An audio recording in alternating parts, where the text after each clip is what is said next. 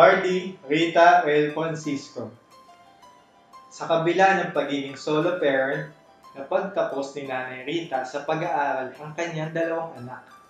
Dala ng kalungkutan at pangungulila sa pagpano ng kanyang asawa, itinuon niya ang kanyang atensyon sa pagboboluntaryo sa kanilang komunidad at pagpapalaki sa kanyang mga anak. Simula taong 1999, marami ng samahan ang kinabilangan ni Nanay Rita at kadalasan siya ang namumuno. Lahat ng ito ay naglalayong makatulong sa mga nangangailangan.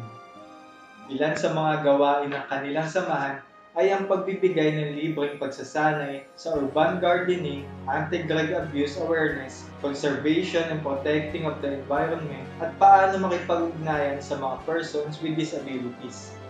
Sila rin ang nagbibigay ng libreng livelihood training tulad ng dressmaking, rugs, at food preservation. Mula 2010 hanggang sa kasalukuyan, pinamumunuan niya bilang presidente ang Alliance of Senior Citizens of Valenzuela City, Maysan Chapter. Pinangunahan niya ang libreng cataract operation sa 150 na miyembro, blood pressure monitoring, sugar testing at bone scanning, katuwang ang kanilang sponsors.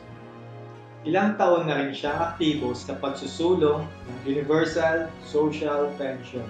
Bilang kasapi ng Samahang Kalahi o Kabataang Laban sa Hirap Association, siya ay nakapagbigay ng suportang pinansyal sa pag-aaral ng mga kabataang kapuspalan mula elementary hanggang high school.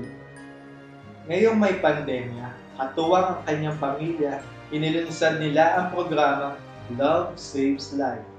Sila ang namahagi ng libreng face mask, face shields, alcohol, food packs sa mga kapwa na senior citizen at iba pang nangangailangan. Kasabay nito, pinangunahan niya ang pangangalap ng pondo at pagtatayo ng community pantry sa bawat barangay ng Valenzuela.